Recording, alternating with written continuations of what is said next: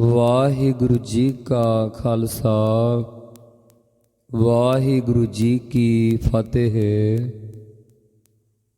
ਰਾਗ ਗੌੜੀ ਪੂਰਬੀ ਕਬੀਰ ਜੀ। ਇੱਕ ਓੰਕਾਰ ਸਤਿਗੁਰ ਪ੍ਰਸਾਦ। ਸੋ ਆਓ ਸਾਧ ਸੰਗਤ ਜੀ, ਚੱਲ ਰਹੀ ਲੜੀਵਾਰ ਕਥਾ ਵਿਚਾਰ ਪਾਵਨ ਅੰਗ 334 ਤੇ ਭਗਤ ਕਬੀਰ ਸਾਹਿਬ ਜੀ ਕਿਰਪਾ ਕਰ ਰਹੇ ਹਨ। ਇੱਕ ਬਹੁਤ ਹੀ ਵਿਚਾਰਵਾਨ ਜੋਗੀ ਭਗਤ ਕਬੀਰ ਸਾਹਿਬ ਜੀ ਦਾ ਸਤਸੰਗੀ ਸੀ। ਭਗਤ ਜੀ ਨੇ ਵੀ ਉਸ ਜੋਗੀ ਕੋਲੋਂ ਯੋਗਾ ਅਭਿਆਸ ਸਿੱਖਿਆ ਸੀ। ਉਸ ਜੋਗੀ ਦੇ ਅੰਦਰ ਬੜੀ ਭਾਵਨਾ ਸੀ ਕਿ ਇੱਕ ਮਹਾਂਪੁਰਖ ਦਾ ਮਿਲਾਪ ਹੋਇਆ ਹੈ। ਯੋਗਾ ਅਭਿਆਸ ਤਾਂ ਭਾਵੇਂ ਜ਼ਰੂਰ ਮੈਥੋਂ ਸਿੱਖਦੇ ਹਨ, ਪਰੰਤੂ ਕਰਨੀ ਕਮਾਈ ਕਰਕੇ ਮੁਕਤ ਹਨ, ਉੱਚੇ ਹਨ। ਇਸ ਪ੍ਰਕਾਰ ਉਹ ਜੋਗੀ ਭਗਤ ਜੀ ਦਾ ਬਹੁਤ ਮਿਲਾਪੀ ਸੀ। ਕੁਝ ਸਮਾਂ ਪਾ ਕੇ ਉਹ ਜੋਗੀ ਚੜ੍ਹਾਈ ਕਰ ਗਿਆ। ਜੋਗੀ ਦੇ ਚੇਲਿਆਂ ਨੇ ਆਣ ਕੇ ਭਗਤ ਕਬੀਰ ਸਾਹਿਬ ਜੀ ਨੂੰ ਉਸ ਦੇ ਮ੍ਰਿਤੂ ਬਾਰੇ ਦੱਸਿਆ ਤਾਂ ਕਬੀਰ ਜੀ ਉਸ ਦੇ ਘਰ ਵਿੱਚ ਗਏ ਤੇ ਉੱਥੇ ਹੀ ਵਿਰਾਗਮਈ ਸ਼ਬਦ ਉਚਾਰਨ ਕਰਦੇ ਹਨ। ਇਸੇ ਪ੍ਰਥਾਏ ਦੂਜਾ ਸ਼ਬਦ ਆਸਾ ਰਾਗ ਵਿੱਚ ਗਗਨ ਨਗਰ ਇੱਕ ਬੂੰਦ ਨ ਬਰਖੈ ਵਾਲਾ ਸ਼ਬਦ ਉਚਾਰਨ ਕੀਤਾ ਹੈ। ਰਾਗ ਗੌੜੀ ਦੀ ਪੂਰਬੀ ਦੀ ਪਹਿਲੀ ਜਾਤੀ ਵਿੱਚ ਭਗਤ ਕਬੀਰ ਸਾਹਿਬ ਜੀ ਪਾਵਨ ਸ਼ਬਦ ਉਚਾਰਦੇ ਹਨ। ਇੱਕ ਅਦਵੈਤ ਸਰੂਪ ਪਰਮੇਸ਼ਰ ਓੰਕਾਰ ਸਰਬ ਦਾ ਪ੍ਰਕਾਸ਼ਕ, ਜੋ ਸਤਿਗੁਰੂ ਗੁਰੂ ਸਾਹਿਬ ਜੀ ਦੀ ਪ੍ਰਸਾਦ ਕਿਰਪਾ ਦੁਆਰਾ ਪ੍ਰਾਪਤ ਹੁੰਦਾ ਹੈ। ਜਹ ਕਛ ਆਹਾ ਤਾਹ ਕਿਛ ਨਾਹੀ, ਪੰਚ ਤਤ ਤਹਿ ਨਾਹੀ। ਜਿੱਥੇ ਕੁਝ ਤਨਕ ਮਾਤਰ ਜੋਗੀ ਦਾ ਬੋਲਣਾ ਵਿਵਹਾਰ ਆਦਿਕ ਹੋ ਰਿਹਾ ਸੀ, ਉੱਥੇ ਹੁਣ ਕੁਝ ਵੀ ਨਹੀਂ ਦਿਸ ਰਿਹਾ। ਭਾਵ ਜੋਗੀ ਕਹਿੰਦਾ ਸੀ ਕਿ ਮੈਨੂੰ ਬ੍ਰਹਿਮੰਡ ਦੀਆਂ ਖਬਰਾਂ ਪ੍ਰਾਪਤ ਹੁੰਦੀਆਂ ਹਨ, ਦੂਰਦਰਸ਼ਨ ਹੁੰਦਾ ਹੈ, ਇਤਿਆਦਿਕ ਹੁਣ ਕੁਝ ਵੀ ਨਹੀਂ ਹੈ। ਪਹਿਲਾਂ ਜੋਗੀ ਕਹਿੰਦਾ ਸੀ ਕਿ ਮੈਨੂੰ ਪੰਜ ਤੱਤਾਂ ਦਾ ਰੰਗ ਪ੍ਰਤੀਤ ਹੁੰਦਾ ਹੈ, ਹੁਣ ਉੱਥੇ ਕੁਝ ਵੀ ਨਹੀਂ ਹੁੰਦਾ। ਏੜਾ ਪਿੰਗਲਾ ਸੁਖ ਮਨ ਬੰਦੇ, ਏ ਆਵ ਗਨ ਕਤਨ ਜਾਹੀ। ਪਹਿਲਾਂ ਕਹਿੰਦਾ ਸੀ ਏੜਾ ਚੰਦਰਮਾ ਦੀ ਸੁਰ ਨਾਲ ਜਦੋਂ ਗਰਮਾਇਸ਼ ਵਧੀ ਹੋਵੇ ਉਦੋਂ ਪ੍ਰਾਣ ਚੜਾਉਣਾ ਹੈ। ਪਿੰਗਲਾ ਸੂਰਜ ਦੀ ਸੁਰ ਦੁਆਰਾ ਜਦੋਂ ਠੰਡ ਵਧੀ ਹੋਵੇ ਉਦੋਂ ਪ੍ਰਾਣ ਚੜਾਉਣੇ ਹਨ। ਅਤੇ ਸੁਖਮਨਾ ਨਾੜੀ ਵਿੱਚ ਪ੍ਰਾਣਾਂ ਨੂੰ ਠਹਿਰਾਉਣਾ ਹੈ। ਇਹ ਬੰਦੇ ਭਾਵ ਬੰਧਾਨ ਭਾਵ ਮਰਿਆਦਾ ਸੀ। ਅਤੇ ਫਿਰ ਕਹਿੰਦਾ ਕਿ ਮੇਰਾ ਓੰਗ ਸ਼ਬਦ ਉਚਾਰਦਿਆਂ ਹੋਇਆਂ 12 ਵਾਰੀ ਸਵਾਸ ਉੱਪਰ ਨੂੰ ਜਾਂਦਾ ਹੈ ਅਤੇ ਓੰਗ ਹੀ ਉਚਾਰਦੇ ਹੋਏ 12 ਵਾਰੀ ਸਵਾਸ ਹੇਠਾਂ ਨੂੰ ਆਉਂਦੇ ਆ। ਇਉਂ ਰੇਚਕ ਕੁੰਭਕ ਕਰਦਾ ਗਿਣਤੀ ਕਰਦਾ ਸੀ। ਇਹ ਏਕਯੇ ਇਹ ਅਵ ਅਬ ਹੁਣ ਨਿਸ਼ਚੇ ਕਰਕੇ ਗਨ ਗਿਣਤੀ ਕਿੱਥੇ ਚਲੀ ਗਈ ਹੈ, ਭਾਵ ਕੁਝ ਵੀ ਨਹੀਂ ਰਿਹਾ। ਤਾਗਾ ਟੂਟਾ ਗਗਨ ਬਿਨਸ ਗਿਆ, ਤੇਰਾ ਬੋਲਤ ਕਹਾ ਸਮਾਈ। ਹੇ ਭਾਈ, ਤੇਰਾ ਸਵਾਸਾਂ ਰੂਪੀ ਤਾਗਾ ਕਹੀਏ ਧਾਗਾ ਟੁੱਟ ਗਿਆ। ਗਗਨ ਦਸਵਾਂ ਦੁਆਰ ਜਿਸ ਰਾਹੀਂ ਪ੍ਰਾਣ ਕੱਢੇ ਹਨ ਉਹ ਵੀ ਨਾਸ ਹੋ ਗਿਆ। ਭਾਵ ਪਹਿਲਾਂ ਜੋ ਤੇਰਾ ਬੋਲ ਚਾਲ ਸੀ, ਭਾਵ ਕਹਿੰਦਾ ਸੀ ਆਓ ਸੰਤ ਜੀ, ਆਓ ਮਹਾਤਮਾ ਜੀ, ਆਓ ਪਰਮੇਸ਼ਰ ਜੀ ਇਤਿਆਦ ਕਹਿੰਦਾ ਸੀ, ਹੁਣ ਉਹ ਕਿੱਥੇ ਸਮਾ ਗਿਆ। ਭਾਵ ਜੋਗੀ ਹੁਣ ਕੁਝ ਵੀ ਨਹੀਂ ਬੋਲ ਰਿਹਾ। ਇਹ ਸੰਸਾ ਮੋਕੋ ਅਨਦਿਨ ਵਿਆਪੈ, ਮੋਕੋ ਕੋ ਨ ਕਹਿ ਸਮਝਾਈ ਰਹਾਉ। ਭਗਤ ਕਬੀਰ ਸਾਹਿਬ ਜੀ ਕਹਿੰਦੇ ਹਨ ਕਿ ਇਹ ਸੰਸਾ ਭਰਮ ਮੈਨੂੰ ਰਾਤ ਦਿਨ ਹੀ ਵਿਆਪਦਾ ਹੈ। ਕਿ ਪਹਿਲਾਂ ਤਾਂ ਜੋਗੀ ਮੈਨੂੰ ਹਠ ਯੋਗ ਦੀ ਪ੍ਰਕਿਰਿਆ ਦੱਸਦਾ ਸੀ ਅਤੇ ਹੁਣ ਮੈਨੂੰ ਕੋਈ ਵੀ ਸਮਝਾ ਕੇ ਦੱਸ ਨਹੀਂ ਰਿਹਾ। ਰਹਾਉ ਵਿਸਰਾਮ ਦੇ ਕੇ ਕਿਰਪਾ ਕਰਦੇ ਹਨ। ਜਹ ਬਰਭੰਡ ਪਿੰਡ ਤਹਿ ਨਾਹੀ, ਰਚਨਹਾਰ ਤਹਿ ਨਾਹੀ। ਹੇ ਜੋਗੀ, ਅੱਗੇ ਤੂੰ ਜਹ ਜਿੱਥੇ ਬਰਭੰਡ ਬ੍ਰਹਿਮੰਡ ਦੀਆਂ ਖਬਰਾਂ ਦੱਸਦਾ ਹੁੰਦਾ ਸੀ, ਤਿੱਥੇ ਹੁਣ ਤੈਨੂੰ ਆਪਣੇ ਪਿੰਡ ਸਰੀਰ ਦੀ ਵੀ ਖਬਰ, ਪਿੰਡ ਨਗਰ ਦੀ ਵੀ ਖਬਰ ਨਹੀਂ। ਪਹਿਲਾਂ ਤੇਰਾ ਮਨ ਸੰਕਲਪ ਵਿਕਲਪ ਕਰਦਾ ਸੀ ਅਤੇ ਰਚਦਾ ਸੀ, ਪਰੰਤੂ ਤਿੱਥੇ ਹੁਣ ਰਚਨਹਾਰ ਰਚਨਾ ਬਣਾਉਣ ਵਾਲਾ ਤੇਰਾ ਮਨ ਵੀ ਨਹੀਂ ਹੈ। ਜੋਗੀ ਦੇ ਚੇਲੇ ਭਗਤ ਜੀ ਨੂੰ ਕਹਿਣ ਲੱਗੇ ਕਿ ਭਗਤ ਜੀ ਸਾਡਾ ਗੁਰੂ ਕਿੱਥੇ ਹੈ?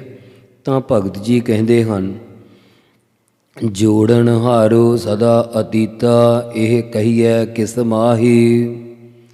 ਹੇ ਭਾਈ, ਜਿਹੜੀ ਬਿਰਤੀ ਨੂੰ ਜੋੜਨ ਵਾਲਾ ਸੀ ਉਹ ਤਾਂ ਹਮੇਸ਼ਾ ਹੀ ਅਤੀਤਾ ਕਹੀਏ ਅਸੰਗ ਹੈ। ਫਿਰ ਇਹ ਗੱਲ ਕਿਸ ਦੇ ਮਾਹੀ ਭਾਵ ਦੱਸਣਾ ਕਰੀਏ ਕਿ ਜੋਗੀ ਕਿੱਧਰ ਨੂੰ ਚਲਾ ਗਿਆ। ਜੋੜੀ ਜੁੜੈ ਨ ਤੋੜੀ ਟੂਟੈ, ਜਬ ਲਗ ਹੋਏ ਬਿਨਾਸੀ। ਪਹਿਲਾਂ ਜੋਗੀ ਜਦੋਂ ਯੋਗਾ ਅਭਿਆਸ ਕਰਨਾ ਨਹੀਂ ਸਿੱਖਿਆ ਸੀ, ਉਦੋਂ ਇਸ ਦੀ ਬਿਰਤੀ ਜੋੜੀ ਕਹੀਏ ਲਾਈ ਹੋਈ ਨਹੀਂ ਜੁੜਦੀ ਸੀ। ਜਦੋਂ ਯੋਗ ਕਲਾ ਸਿੱਖ ਲਈ ਤਾਂ ਫਿਰ ਤੋੜੀ ਟੁੱਟੀ ਹੋਈ ਨਹੀਂ ਟੁੱਟਦੀ ਸੀ। ਅਤੇ ਜਬ ਲਗ ਭਾਵ ਜਦ ਤੱਕ ਬਿਨਾਸੀ ਬਿਨਾਂ ਆਸਾਂ ਤੋਂ ਹੋ ਰਿਹਾ ਸੀ, ਤਦ ਤੱਕ ਦਸਮ ਦੁਆਰ ਵਿੱਚ ਪ੍ਰਾਣ ਟਿਕੇ ਰਹੇ ਸਨ। ਹੇ ਭਾਈ, ਜਦੋਂ ਹੁਣ ਬਿਨਾਸੀ ਨਾਸ ਹੋ ਗਿਆ ਹੈ ਤਾਂ ਕਾਕੋ ਠਾਕੁਰ ਕਾਕੋ ਸੇਵਕ, ਕੋ ਕਾਹੂ ਕਹਿ ਜਾਸੀ। ਕੌਣ ਕਿਸੇ ਦਾ ਠਾਕੁਰ ਸੁਆਮੀ ਹੈ, ਕੌਣ ਕਿਸੇ ਦਾ ਦਾਸ ਹੈ ਅਤੇ ਕੌਣ ਕਿਸੇ ਦੇ ਜਾਸੀ ਜਾਵੇਗਾ। ਜਦੋਂ ਜੋਗੀ ਹੀ ਨਹੀਂ ਰਿਹਾ ਤਾਂ ਫਿਰ ਕੀ ਆਉਣਾ ਤੇ ਕੀ ਆਉਣ ਦੀ ਲੋੜ ਪਵੇਗੀ। ਕਹੋ ਕਬੀਰ ਲਿਵ ਲਾਗ ਰਹੀ ਹੈ, ਜਹਾਂ ਬਸੇ ਦਿਨ ਰਾਤੀ। ਭਗਤ ਕਬੀਰ ਸਾਹਿਬ ਜੀ ਕਥਨ ਕਰਦੇ ਹਨ ਕਿ ਹੇ ਜੋਗੀ ਦੇ ਚੇਲਿਓ, ਆਓ ਮੈਂ ਤੁਹਾਨੂੰ ਦੱਸਦਾ ਹਾਂ ਕਿ ਜੋਗੀ ਕਿੱਥੇ ਗਿਆ ਹੈ। ਇਸ ਦੀ ਲਿਵ ਬਿਰਤੀ ਲੱਗ ਰਹੀ ਹੈ ਜਿੱਥੇ ਇਹ ਦਿਨ ਰਾਤ ਨੂੰ ਵਸਦਾ ਸੀ। ਭਾਵ ਜੋਗੀਆਂ ਨੂੰ ਬ੍ਰਹਮ ਲੋਕ ਦੀ ਇੱਛਾ ਹੁੰਦੀ, ਇਸ ਕਰਕੇ ਇਸ ਨੂੰ ਬ੍ਰਹਮ ਲੋਕ ਦੀ ਪ੍ਰਾਪਤੀ ਹੋ ਗਈ ਹੈ। ਓਆ ਕਾ ਮਰਮ ਉਹੀ ਪਰ ਜਾਣੈ, ਉਹ ਤਉ ਸਦਾ ਅਬਿਨਾਸੀ। ਹੇ ਮਹਾਰਾਜ, ਉਸ ਜੋਗੀ ਦਾ ਮਰਮ ਭੇਦ ਤਾਂ ਉਹ ਹੀ ਪਰ ਵਿਸ਼ੇਸ਼ ਕਰਕੇ ਜਾਣਿਆ ਜਾਣਦਾ ਹੈ, ਪਰੰਤੂ ਤੁਸੀਂ ਉਹ ਕਿਸ ਨੂੰ ਕਿਹਾ ਹੈ? ਉੱਤਰ ਦਿੰਦੇ ਆ, ਉਹ ਤਾਂ ਅਸੀਂ ਪਰਮੇਸ਼ਰ ਨੂੰ ਕਹਿੰਦੇ ਹਾਂ, ਜਿਹੜਾ ਹਮੇਸ਼ਾ ਹੀ ਅਬਿਨਾਸੀ ਨਾਸ ਤੋਂ ਰਹਿਤ ਹੈ। ਗੌੜੀ। ਸੋ ਅਗਲਾ ਸ਼ਬਦ ਉਸ ਜੋਗੀ ਦੇ ਮਰਨ ਮਗਰੋਂ ਉਸ ਦੇ ਚੇਲਿਆਂ ਨੇ ਭਗਤ ਕਬੀਰ ਜੀ ਨੂੰ ਕਿਹਾ ਕਿ ਭਗਤ ਜੀ, ਤੁਸੀਂ ਆਪਣੇ ਕੰਨਾਂ ਵਿੱਚ ਮੁੰਦਰਾਂ ਪਾ ਲਓ, ਇਤਿਆਦਿਕ ਯੋਗ ਭੇਖ ਧਾਰਨ ਕਰ ਲਓ ਅਤੇ ਅਸੀਂ ਤੁਹਾਨੂੰ ਜੋਗੀ ਦੀ ਗੱਦੀ ਦੇ ਦਿੰਦੇ ਹਾਂ ਅਤੇ ਤੁਸੀਂ ਸਾਡੇ ਗੁਰੂ ਬਣ ਕੇ ਇਸ ਜੋਗੀ ਦੇ ਸਥਾਨ ਪਰ ਬੈਠ ਜਾਓ, ਅਸੀਂ ਤੁਹਾਡੀ ਪੂਜਾ ਕਰਿਆ ਕਰਾਂਗੇ। ਇਹ ਸੁਣ ਕੇ ਭਗਤ ਕਬੀਰ ਸਾਹਿਬ ਜੀ ਕਹਿੰਦੇ ਕਿ ਹੇ ਭਾਈ, ਅਸੀਂ ਤਾਂ ਪਹਿਲਾਂ ਹੀ ਜੋਗੀ ਹਾਂ। ਅੱਗੋਂ ਉਸ ਦੇ ਚੇਲੇ ਕਹਿੰਦੇ ਕਿ ਭਗਤ ਜੀ, ਜੋਗੀ ਤਾਂ ਕੰਨਾਂ ਵਿੱਚ ਮੁੰਦਰਾਂ ਪਾਉਂਦੇ ਹਨ, ਤੁਹਾਡੀਆਂ ਮੁੰਦਰਾਂ ਕਿਹੜੀਆਂ ਹਨ? ਤਾਂ ਭਗਤ ਕਬੀਰ ਸਾਹਿਬ ਜੀ ਇਹ ਪਾਵਨ ਸ਼ਬਦ ਉਚਾਰਨ ਕਰਦੇ ਹਨ, ਸੁਰਤ ਸਿਮਰਤ ਦੋਏ ਕੰਨੀ ਮੁੰਦਾ, ਪਰ ਮਿਤ ਬਾਹਰ ਖਿੰਥਾ।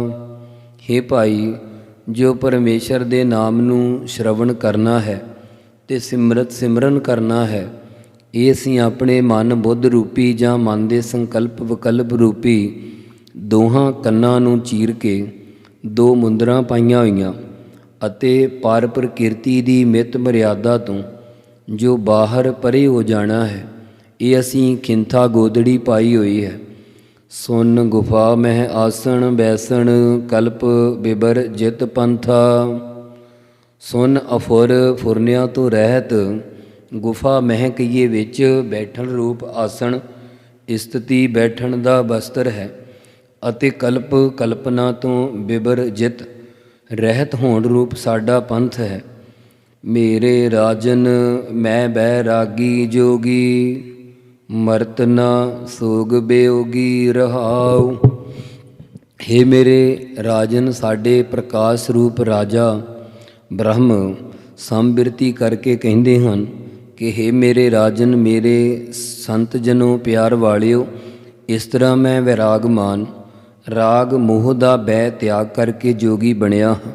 ਹੁਣ ਨਾ ਕਹੀਏ, ਨਾ ਮੈਨੂੰ ਮਰਤ ਮਰਨ ਦਾ ਸੋਗ ਫਿਕਰ ਹੈ ਅਤੇ ਨਾ ਹੀ ਚੇਤਨ ਬ੍ਰਹਮ ਤੋਂ ਵਿਯੋਗੀ ਵਿਛੋੜੇ ਦਾ ਹੈ। ਕਿਸੇ ਦੇ ਮਰਤ ਮਰਨ ਤੋਂ ਮੈਨੂੰ ਨਾ ਕੋਈ ਸੋਗ ਚਿੰਤਾ ਹੈ, ਨਾ ਹੀ ਉਸ ਦਾ ਵਿਯੋਗੀ ਵਿਛੋੜੇ ਦਾ ਦੁੱਖ ਹੈ। ਰਹਾਉ ਵਿਸਰਾਮ ਦੇ ਕੇ ਕਿਰਪਾ ਕਰਦੇ ਹਨ। खंड ब्रह्मांड मह सिंगी मेरा बटुआ, सब जग भस्मा धारी।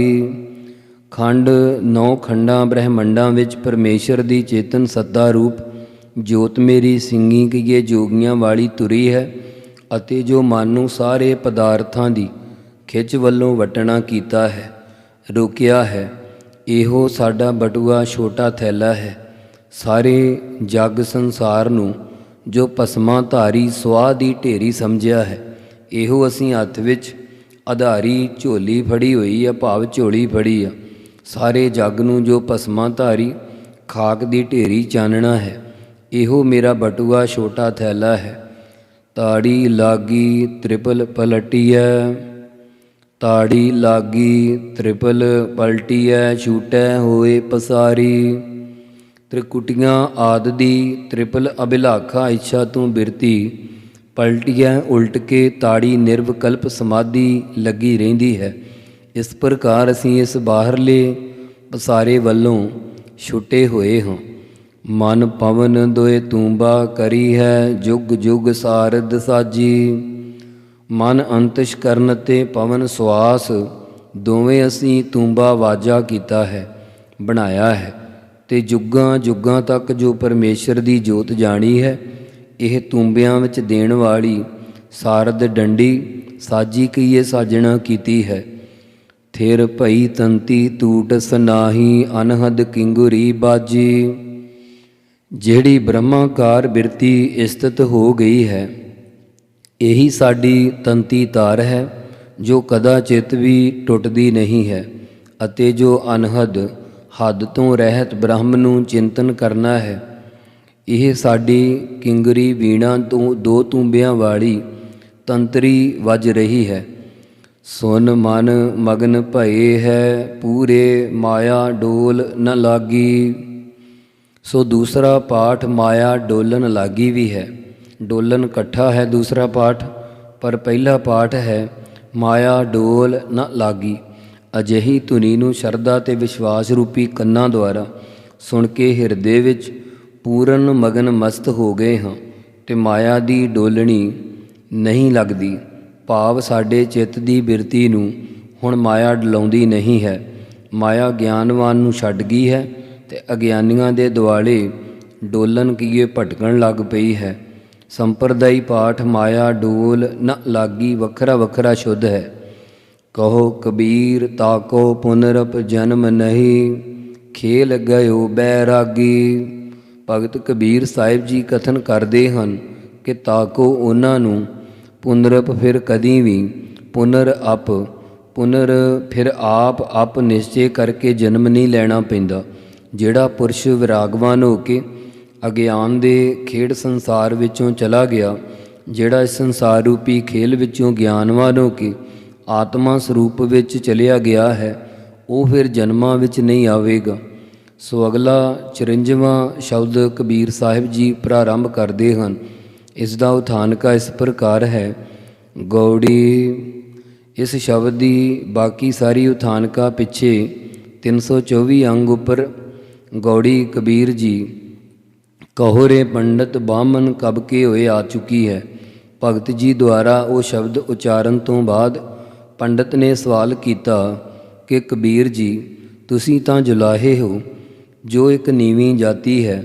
ਤਾਂ ਭਗਤ ਕਬੀਰ ਜੀ ਕਹਿਣ ਲੱਗੇ ਕਿ ਹੇ ਪੰਡਤ ਜੀ, ਤੁਸੀਂ ਵੀ ਜੁਲਾਹੇ ਹੋ, ਤੁਹਾਡਾ ਪਿਤਾ ਵੀ ਜੁਲਾਹਾ ਹੈ, ਤੁਹਾਡਾ ਦਾਦਾ ਪੜਦਾਦਾ ਆਦਿਕ ਈਸ਼ਵਰ ਵੀ ਜੁਲਾਹਾ ਹੈ, ਖੁਦ ਬ੍ਰਹਮਾ ਵੀ ਜੁਲਾਹਾ ਹੈ, ਕਿਉਂਕਿ ਉਹ ਹਰ ਵੇਲੇ ਸੰਸਾਰ ਦੀ ਤਾਣੀ ਨੂੰ ਤਣਦਾ ਰਹਿੰਦਾ। ਪਹਿਲਾਂ ਇਹ ਬਾਹਜ ਅਰਥ ਕਰਕੇ ਫਿਰ ਅੰਤਰੀਵ ਕਰਨਗੇ। ਸੋ ਇੱਕ ਜੁਲਾਹਾ ਸੀ ਜਿਸ ਨੂੰ ਜੂਆ ਖੇਡਣ ਦੀ ਬੜੀ ਭੈੜੀ ਆਦਤ ਪਈ ਸੀ। ਕਿਸੇ ਸ਼ਾਹੂਕਾਰ ਦੇ ਘਰੋਂ ਤਾਣੀ ਬੁਣਨ ਵਾਸਤੇ ਆਈ ਹੋਈ ਸੀ। ਇਸ ਜੁਲਾਹੇ ਨੇ ਉਹ ਤਾਣੀ ਨਾ ਬੁਣੀ ਤਾਂ ਉਸ ਦੀ ਘਰਵਾਲੀ ਜੁਲਾਹੀ ਜਿੱਥੇ ਇਹ ਜੂਆ ਖੇਡ ਰਿਹਾ ਸੀ ਉੱਥੇ ਗਈ। ਰਹਾਉ ਵਾਲੀਆਂ ਪੰਕਤੀਆਂ ਦੇ ਅਰਥ ਪਹਿਲਾਂ ਕਰਨੇ ਹਨ। ਗਈ ਬੁਨਾਵਨ ਮਾਹੋ, ਘਰ ਛੋੜਿਆ ਜਾਏ ਜੁਲਾਹੋ ਰਹਾਉ। ਮਾਹੋ ਕਹੀਏ ਨਾਮ ਦੀ, ਮਾਹੋ ਨਾਮ ਦੀ ਜੁਲਾਹੀ ਤਾਣੀ ਬਣਾਉਣ ਤਣਾਉਣ ਵਾਸਤੇ ਜੁਲਾਹੇ ਕੋਲ ਗਈ ਤਾਂ ਕਹਿਣ ਲੱਗੀ, ਹੇ ਜੁਲਾਹੇ, ਤੂੰ ਆਪਣਾ ਘਰ ਛੱਡ ਕਰਕੇ ਬਾਹਰ ਜਾ ਕੇ ਬੈਠਾ ਹੈ ਰਹਾਉ ਘਰ ਵਿੱਚ ਤਾਣੀ ਕੌਣ ਤਣੂਗਾ। ਅੱਗੋਂ ਜੁਲਾਹਾ ਕਹਿੰਦਾ ਕਿ ਮੈਂ ਅਜੇ ਤਾਣੀ ਮਿਣੀ ਨਹੀਂ ਹੈ। ਫਿਰ ਬੁਣਾ ਕੀ? ਤਾਂ ਅੱਗੋਂ ਜੁਲਾਹੀ ਉਸ ਨੂੰ ਕਹਿੰਦੀ ਹੈ, ਗਜ ਨਵ ਗਜ 10 ਗਜ 21 ਪੁਰੀਆ ਏਕ ਤਨਾਈ। ਹੇ ਜੁਲਾਹੇ 9 ਗਜ ਇੱਕ ਹੈ, 10 ਗਜ ਇੱਕ ਹੈ, 21 ਭਾਵ 21 ਗਜ ਇੱਕ ਤਾਣੀ ਹੈ। ਇਉਂ 40 ਗਜ ਦੀ ਪੂਰੀ ਇੱਕ ਤਾਣੀ ਹੈ। 60 ਸੂਤ ਨਵ ਖੰਡ 72 ਪਾਟ ਲੱਗੋ ਅਧਿਕਾਈ। 60 ਪਾਜੇ ਸੂਤ ਧਾਗੇ ਹਨ। ਇਸ ਦੇ ਨਾਲ 9 ਤਾਣਿਆਂ ਵਿੱਚ ਤਣਿਆ ਹੋਇਆ ਹੈ। 72 ਤਰ੍ਹਾਂ ਦਾ ਨਾਲ ਅਧਿਕਾਈ ਅਧਿਕ ਤੋਂ ਅਧਿਕ ਪਾਟ ਪੇਟਾ ਲਾਗੋ ਲੱਗਿਆ ਹੋਇਆ ਹੈ। ਗਈ ਬੁਨਾਵਨ ਮਾਹੋ ਘਰ ਛੋੜਿਆ ਜਾਏ ਜੁਲਾਹੋ ਰਹਾਉ। ਇਹਨਾਂ ਪੰਕਤੀਆਂ ਦੇ ਉੱਪਰ ਅਰਥ ਅਸੀਂ ਕਰ ਆਏ ਹਾਂ। ਗਜੀ ਨ ਮਿਨੀਐ ਤੋਲ ਨ ਤੁਲੀਐ ਪਾਚਨ ਸੇਰ ਅਢਾਈ। ਜੇ ਤੂੰ ਕਹੇ ਕਿ ਗਜਾਂ ਨਾਲ ਨਹੀਂ ਮਿਣੀ ਹੈ ਤਾਂ 40 ਗਜ ਪੂਰੀ ਹੈ। ਜੇ ਕਹੇ ਕਿ ਤੋਲ ਵਿੱਚ ਪੂਰੀ ਨਹੀਂ ਤੋਲੀ ਹੋਈ ਤਾਂ ਤੋਲਣ ਵਿੱਚ ਵੀ ਸੂਤ ਉਤਨਾ ਪੂਰਾ ਹੀ ਹੈ। ਫਿਰ ਕਹਿੰਦਾ ਕਿ ਪਾਣ ਪੂਰੀ ਨਹੀਂ ਮਿਣੀ ਤਾਂ ਕਹਿੰਦੀ ਹੈ ਅਢਾਈ 2.5 ਸੇਰ ਪਾਚਨ ਪਾਣ ਵੀ ਆ ਗਈ ਆ। ਜੋ ਕਰ ਪਾਚਨ ਬੇਗ ਨ ਪਾਵੈ ਝਗਰ ਕਰੈ ਘਰ ਹਾਈ।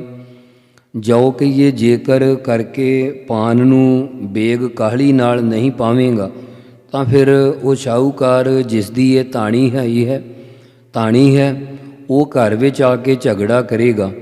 ਦਿਨ ਕੀ ਬੈਠ ਖਸਮ ਕੀ ਬਰਕਸ ਇਹ ਬੇਲਾ ਕਤ ਆਈ। ਉਸ ਨਾਲ ਇਕਰਾਰ ਸੀ ਕਿ ਤਾਣੀ ਛੇਤੀ ਬਣਾਉਣੀ ਹੈ। ਹੁਣ ਇਕਰਾਰ ਵਿੱਚ ਦਿਨ ਕੀ ਰਹਿ ਗਿਆ ਤੇ ਤੂੰ ਇੱਥੇ ਬਰਕਸ ਉਲਟਾ ਮਾਲਕ ਬਣ ਕੇ ਬੈਠਾ ਹੈ। ਘਰੋਂ ਚਲੋ ਘਰ ਜਾ ਕੇ ਤਾਣੀ ਬੁਣ, ਫਿਰ ਵੇਲਾ ਸਮਾਂ ਕਦੋਂ ਆਵੇਗਾ। ਛੂਟੇ ਕੁੰਡੇ ਭੀਗੈ ਪੁਰੀਆ ਚੱਲਿਓ ਜੁਲਾਹੋ ਰੀਸਾਈ। ਛੂਟੇ ਕੀਏ ਛੋਟੇ ਕੁੰਡੇ ਵਿੱਚ ਨਲੀਆਂ ਵੀ ਭਿਉਂਤੀਆਂ ਹੋਈਆਂ ਹਨ। ਇਹ ਗੱਲਾਂ ਸੁਣ ਕੇ ਜੁਲਾਹਾ ਰੀਸਾਈ ਤੇਜ਼ੀ ਨਾਲ ਚੱਲ ਪਿਆ ਹੈ। ਛੋਛੀ ਨਲੀ ਤੰਤ ਨਹੀਂ ਨਿਕਸੈ ਨ ਤਰ ਰਹੀ ਉਰਝਾਈ। ਛੇਤੀ ਛੇਤੀ ਸਾਰੀਆਂ ਨਲੀਆਂ ਵਾਹ ਕੇ ਜੁਲਾਹੀ ਨੂੰ ਕਹਿੰਦਾ, ਆ ਲੈ ਨਲੀਆਂ ਤਾਂ ਖਾਲੀ ਪਈਆਂ ਹਨ। ਹੁਣ ਮੈਥੋਂ ਤੰਤ ਤਾਣੇ ਦਾ ਤੰਦ ਨਹੀਂ ਨਿਕਲੇਗਾ। ਜਾਂ ਤਾਂ ਆ ਕੇ ਨਲੀਆਂ ਵੱਟ ਨਾ ਤਰ, ਨਹੀਂ ਤਾਂ ਇਹ ਇਵੇਂ ਹੀ ਉਲਝੀਆਂ ਰਹਿਣਗੀਆਂ। ਛੋੜ ਪਸਾਰ ਇਹਾਂ ਰਹੋ ਬਪਰੀ ਕਹੋ ਕਬੀਰ ਸਮਝਾਈ। ਹੋਰ ਸਾਰੇ ਪਸਾਰੇ ਨੂੰ ਛੱਡ ਕੇ ਹੇ ਬਪਰੀ ਚੱਲੀਏ ਜੁਲਾਈਏ, ਇੱਥੇ ਨਲੀਆਂ ਵੱਟਣ ਵਾਸਤੇ ਰਹਿਣਾ ਕਰ। ਇਸ ਤਰੀਕੇ ਨਾਲ ਭਗਤ ਕਬੀਰ ਜੀ ਨੇ ਉਸ ਪੰਡਤ ਨੂੰ ਕਿਹਾ ਕਿ ਇਹ ਪੰਡਤ ਜੀ ਸਮਝ ਆ ਗਈ। ਤਾਂ ਕਹਿੰਦਾ ਕਿ ਇਹ ਤਾਂ ਤੁਸੀਂ ਜੁਲਾਹੇ ਦੀਆਂ ਹੀ ਗੱਲਾਂ ਕਰੀ ਗਏ ਹੋ, ਕੋਈ ਸਿਧਾਂਤ ਨਹੀਂ ਨਿਕਲਿਆ। ਤਾਂ ਭਗਤ ਜੀ ਕਹਿੰਦੇ ਕਿ ਇਹ ਤਾਂ ਤੈਨੂੰ ਸਮਝਾਉਣ ਲਈ ਬਾਹਰ ਦ੍ਰਿਸ਼ਟਾਂਤ ਦਿੱਤਾ ਹੈ। ਹੁਣ ਇਸ ਦਾ ਅੰਤਰੀਵ ਭਾਵ ਸਮਝ ਕੇ ਇਸ ਪ੍ਰਕਾਰ ਸਾਰੇ ਜੀਵ ਜੁਲਾਹੇ ਹਨ। ਗਈ ਬੁਨਾਵਨ ਮਾਹੋ ਘਰ ਛੋੜਿਆ ਜਾਏ ਜੁਲਾਹੋ ਰਹਾਉ। ਮਾਹੋ ਚੰਦਰਮਾ ਤੋਂ ਭਾਵ ਸੀਤਲਤਾ ਤੋਂ ਭਾਵ ਲੈਣਾ ਸੀਤਲ ਸੁਭਾਅ ਕਰਨ ਵਾਲੀ ਨਿਰਮਲ ਬੁੱਧੀ। ਜਦੋਂ ਇਹ ਸਰੀਰ ਰੂਪ ਤਾਣੇ ਨੂੰ ਬਣਾਉਣ ਲਈ ਸਫਲਾ ਕਰਨ ਲਈ ਜੀਵ ਆਤਮਾ ਦੇ ਪਾਸ ਗਈ ਤਾਂ ਅੱਗੋਂ ਜੀਵ ਆਤਮਾ ਰੂਪੀ ਜੁਲਾਹਾ ਸਰੂਪ ਰੂਪੀ ਘਰ ਦੀ ਜਗ੍ਹਾ ਨੂੰ ਛੱਡ ਕਰਕੇ ਅਲਪੱਗਪੁਣੇ ਵਿੱਚ ਆਪਣੇ ਆਪ ਨੂੰ ਜੀਵ ਕਹਾਉਣ ਲੱਗ ਪਿਆ। ਸੰਸਾਰਾ ਘਰ ਬਿਰਤੀ ਵਿੱਚ ਗਿਆ ਹੋਇਆ ਸੀ ਰਹਾਉ, ਪਰੰਤੂ ਫਿਰ ਵੀ ਨਿਰਮਲ ਬੁੱਧ ਦੇ ਆਖੇ ਲੱਗ ਕੇ ਜੀਵ ਆਤਮਾ ਕਹਿਣ ਲੱਗਾ ਕਿ ਜਿਸ ਤਾਣੀ ਦੇਹੀ ਨੂੰ ਤੂੰ ਸਫਲਾ ਕਰਨਾ ਚਾਹੁੰਦੀ ਹੈ ਉਹ ਕਿਤਨੀ ਕੁ ਹੈ। ਤਾਂ ਸ਼ੁੱਧ ਨਿਰਮਲ ਬੁੱਧੀ ਕਹਿੰਦੀ ਹੈ, ਗਜ ਨਵ ਗਜ 10 ਗਜ 21 ਪੁਰੀਆ ਏਕ ਤਨਾਈ। ਭਾਈ 9 ਇੰਦਰੀਆਂ ਦੀਆਂ ਗੋਲਕਾਂ, ਗਜ 10 ਇੰਦਰੇ, 5 ਕਰਮ ਇੰਦਰੇ, 5 ਗਿਆਨ ਇੰਦਰੇ। ਗਜ 21 ਗਜ 5 ਸੂਖਮ ਤੱਤ, 5 ਸਥੂਲ ਤੱਤ, 5 ਪ੍ਰਾਣ, 5 ਪੌਣਾ ਤੇ 21ਵਾਂ ਮਨ। ਇਹ 21 ਗਜ ਹਨ। ਇਉਂ ਪੁਰੀਆ ਪੂਰੀ 40 ਗਜਾਂ ਦੀ ਇਹ ਦੇਹੀ ਤਨਾਈ ਤਾਣੀ ਬਣੀ ਗਈ ਹੈ। 60 ਸੂਤ ਨਵ ਖੰਡ 72 ਪਾਟ ਲੱਗੋ ਅਧਿਕਾਈ। ਸਰੀਰ ਅੰਦਰ 60 ਮੋਟੀਆਂ ਅਸਥੂਲ ਪਸਲੀਆਂ ਆਦਿਕ ਦੀਆਂ ਨਾੜਾਂ ਹਨ। ਇਹ ਸੂਤਰ ਹੈ। ਸਰੀਰ ਦੇ 9 ਟੁਕੜੇ ਹਨ, 4 ਬਾਹਾਂ ਦੇ, 4 ਲੱਤਾਂ ਦੇ, ਇੱਕ ਵਿਚਾਲਾ ਧੜ, ਇਹ 9 ਟੁਕੜੇ ਹਨ। ਤੇ 72 ਕਰੋੜ 72 ਲੱਖ 10,201 ਨਾੜੀਆਂ ਹਨ। ਇਹ ਅਧਿਕਾਈ ਅਧਿਕ ਤੋਂ ਅਧਿਕ ਪਾਠ ਪੇਟਾ ਲੱਗਿਆ ਹੋਇਆ ਹੈ। ਗਈ ਬੁਨਾਵਨ ਆਹੋ ਘਰ ਛੋੜਿਆ ਜਾਏ ਜੁਲਾਹੋ ਰਾਉ। ਇਹਨਾਂ ਪੰਕਤੀਆਂ ਦੇ ਅਰਥ ਅਸੀਂ ਕਰ ਰਹੇ ਹਾਂ। ਗਜੀ ਨ ਮਿਨੀਐ ਤੋਲ ਨ ਤੁਲੀਐ ਪਾਚਨ ਸੇਰ ਅੜਾਈ। ਗਜੀ ਗਜਾਂ ਨਾਲੇ ਦੇਹੀ ਰੂਪ ਤਾਣੀ ਭਲਾ ਮਿਣੀ ਹੋਈ ਨਹੀਂ ਮਿਣੀ ਜਾ ਸਕਦੀ। ਭਾਵ ਮਿਣੀ ਹੋਈ ਹੈ ਤੇ ਤੋਲ ਕਰਕੇ ਭਲਾ ਨਹੀਂ ਤੁਲੀ ਜਾ ਸਕਦੀ, ਤੁਲੀ ਨਹੀਂ ਹੋਈ ਹੈ। ਭਾਵ ਗਜਾਂ ਕਰਕੇ ਮਿਣੀ ਹੈ। 3.5 ਹੱਥ ਸਾਰਿਆਂ ਦੀ ਆਪੋ ਆਪਣੀ ਦੇਹ ਹੈ। ਕਈਆਂ ਦੀ ਪੌਣੇ ਕੋ 4 ਹੱਥ ਹੈ। ਇਉਂ ਮਿਣੀ ਹੋਈ ਹੈ। ਬਾਬਾ ਫਰੀਦ ਜੀ ਕਹਿੰਦੇ 3.5 ਹੱਥ ਤੇਰੀ ਸੀਵਾਂ, ਭਾਵ ਤੋਲ ਕਰਕੇ ਤੁਲੀ ਹੋਈ ਹੈ। ਜੋ ਦਰਮਿਆਨਾ ਸਰੀਰ ਹੈ ਉਹ 3.5 ਮਣ ਭਾਰਾ ਹੁੰਦਾ। ਕਈ ਜ਼ਿਆਦਾ ਭਾਰੇ ਜਾਂ ਪਤਲੇ ਹੁੰਦੇ ਆ, ਪਰੰਤੂ ਦਰਮਿਆਨੇ ਸਰੀਰ ਦਾ ਇਤਨਾ ਹੀ ਭਾਰ ਮੰਨਿਆ ਹੈ। 3.5 ਮਣ ਦੇਹੋਰੀ ਚੱਲੈ ਪਾਣੀ ਅੰਨ। ਅਤੇ 8 ਪਹਿਰਾਂ ਵਿੱਚ ਸੇਰ 2.5 ਸੇਰ ਕੱਚੀ ਖੁਰਾਕ ਮਿਲ ਰਹੀ ਹੈ। ਕਈ ਥਾਈਂ 3 ਸੇਰ ਵੀ ਕਹੀ ਹੈ। 3 ਸੇਰ ਕਾ ਦਿਹਾੜੀ ਮਹਿਮਾਨ ਅਵਰ ਵਸਤ ਤੁਝ ਪਾਹੇ ਅਮਾਨ। ਜੋ ਕਰ ਪਾਚਨ ਵੇਗ ਨ ਪਾਵੈ ਝਗਰ ਕਰੈ ਘਰ ਹਾਈ। ਜੇ ਜੀਵਾਤਮਾ ਜੋ ਕਰ ਜੇਕਰ ਤੈਨੂੰ ਖਾਣੇ ਨੂੰ ਛੇਤੀ ਖੁਰਾਕ ਪਾਈ ਜਾਵੇ ਤਾਂ ਤੂੰ ਸਰੂਪ ਰੂਪੀ ਘਰ ਨੂੰ ਨਾਸ ਕਰਨ ਵਾਲੇ ਜੀਵ ਫਿਰ ਤੂੰ ਝਗੜਾ ਕਰਦਾ ਹੈ ਕਿ ਮੈਨੂੰ ਹੁਣੇ ਹੀ ਖਾਣ ਨੂੰ ਕੁਝ ਦੇਵੋ। ਦਿਨ ਕੀ ਬੈਠ ਖਸਮ ਕੀ ਬਰਕਸ ਇਹ ਬੇਲਾ ਕਾਤੇ ਆਈ। ਹੇ ਜੀਵ ਤੇਰੀ ਉਮਰ ਦੇ ਕਿਹੜੇ ਦਿਨ ਰਹਿ ਗਏ ਆ ਤੇ ਤੂੰ ਚੁੱਪ ਕਰਕੇ ਬੈਠਾ ਹੈ। ਖਸਮ ਮਾਲਕ ਪਰਮੇਸ਼ਰ ਦੀ ਪ੍ਰਾਪਤੀ ਤੋਂ ਉਲਟ ਹੈ। ਜਦੋਂ ਪ੍ਰਲਬਧ ਰੂਪੀ ਅਵਸਥਾ ਬਹਿ ਗਈ, ਦਿਨ ਪੂਰੇ ਹੋ ਗਏ, ਉਸ ਵੇਲੇ ਮਾਲਕ ਦੀ ਬਰਕਸ ਉਲਟੀ ਨਿਗਾਹ ਪਵੇਗੀ। ਫਿਰ ਤੇਰੇ ਕੋਲ ਇਸ ਮਨੁੱਖਾ ਜਨਮ ਨੂੰ ਸਫਲ ਕਰਨ ਦਾ ਵੇਲਾ ਸਮਾਂ ਕਦੋਂ ਆਵੇਗਾ? ਭਾਵ ਬਾਅਦ ਵਿੱਚ ਇਹ ਸਮਾਂ ਨਹੀਂ ਮਿਲਣਾ। ਛੂਟੇ ਕੂੰਡੇ ਭੀਗੈ ਪੁਰੀਆ ਚੱਲਿਓ ਜੁਲਾਹੋ ਰੀਸ ਆਈ। ਅੰਤ ਵੇਲੇ ਤੇਰੇ ਪਦਾਰਥ ਰੂਪੀ ਕੁੰਡੇ ਵੀ ਛੁੱਟ ਜਾਣਗੇ ਤੇ ਪੁਰੀਆ ਨਲੀਆਂ ਰੂਪੀ ਵਾਸ਼ਨਾ ਇੱਛਾ ਵਿੱਚ ਭਿੱਜੀਆਂ ਹੀ ਰਹਿਣਗੀਆਂ। ਇਸ ਪ੍ਰਕਾਰ ਹੈ ਜੀਵ ਰੂਪ ਜੁਲਾਹੇ ਤੂੰ ਪਰਾਲਬਧ ਪੂਰੀ ਹੋਣ ਤੇ ਰੀਸਾਈ ਸੋਗ ਦੇ ਅਧੀਨ ਹੋ ਕੇ ਚਲਿਆ ਜਾਵੇਂਗਾ। ਸ਼ੋਚੀ ਨਲੀ ਤੰਤ ਨਹੀਂ ਨਿਕਸੈ ਨਾ ਤਰ ਰਹੀ ਉਰਝਾਈ। ਉਸ ਵੇਲੇ ਤੇਰੀ ਜ਼ੁਬਾਨ ਰੂਪੀ ਸ਼ੋਚੀ ਨਲੀ ਖਾਲੀ ਰਹਿ ਜਾਵੇਗੀ। ਉਸ ਵਿੱਚੋਂ ਕੋਈ ਵੀ ਵਾਕ ਰੂਪੀ ਤੰਤ ਧਾਗਾ ਨਹੀਂ ਨਿਕਲੇਗਾ। ਤੇ ਸਾਹ ਰਗ ਰੂਪੀ ਨਲੀ ਖਾਲੀ ਹੋ ਗਈ ਤਾਂ ਸਵਾਸਾਂ ਰੂਪੀ ਧਾਗਾ ਨਹੀਂ ਨਿਕਲੇਗਾ। ਅਤੇ ਪਾਨ ਤੇ ਅਪਾਨ ਰੂਪ ਵਾਯੂ ਰੂਪੀ ਤਰ ਜੁਲਾਹੇ ਦੀ ਲੱਠ ਦੀ ਜੋ ਅੰਦਰ ਗੰਢ ਪਈ ਹੈ ਉਹ ਵੀ ਉਲਝੀ ਨਹੀਂ ਰਹੇਗੀ। ਇਹ ਗੰਢ ਵੀ ਖੁੱਲ੍ਹ ਜਾਵੇਗੀ।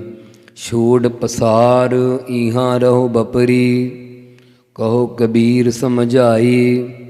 ਭਗਤ ਕਬੀਰ ਸਾਹਿਬ ਜੀ ਕਥਨ ਕਰਦੇ ਹਨ ਕਿ ਹੇ ਬਪਰੀ ਵਿਪਰੀ ਬੁੱਧੀ ਵਾਲੇ ਪੰਡਤ, ਇਉਂ ਸਾਰਾ ਪਸਾਰਾ ਛੱਡ ਕਰਕੇ ਇਸ ਵਿਚਾਰ ਵਿੱਚ ਰਹਿਣਾ ਕਰ ਅਤੇ ਦੱਸ ਤੈਨੂੰ ਸਮਝਾਈ ਸਮਝ ਆ ਗਈ ਆ ਕਿ ਨਹੀਂ ਆਈ। ਸੋ ਕਬੀਰ ਸਾਹਿਬ ਇਸ ਤਰ੍ਹਾਂ ਫਰਮਾਉਂਦੇ ਹਨ ਕਿ ਛੋੜ ਪਸਾਰ ਇਹਾਂ ਰਹੋ ਬਪਰੀ। ਇਹ ਸਾਰਾ ਝੰਜਟ ਛੱਡ ਕਰਕੇ, ਪਸਾਰਾ ਛੱਡ ਕਰਕੇ ਕਮਲ ਦੇ ਫੁੱਲ ਵੱਤ ਨਿਰਲੇਪ ਰਹਿਣਾ ਕਰ ਤੇ ਕਹੋ ਕਬੀਰ ਸਮਝਾਈ। ਕਬੀਰ ਸਾਹਿਬ ਜੀ ਇਸ ਤਰ੍ਹਾਂ ਕਥਨ ਕਰਕੇ ਸਮਝਾਉਂਦੇ ਹਨ। ਵਾਹਿਗੁਰੂ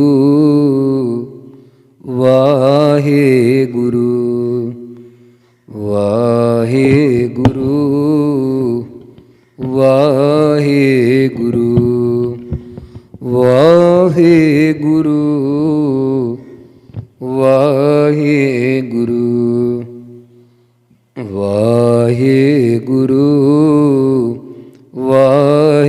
ਗੁਰੂ। ਵਾਹਿਗੁਰੂ ਜੀ ਕਾ ਖਾਲਸਾ, ਵਾਹਿਗੁਰੂ ਜੀ ਕੀ ਫਤਿਹ।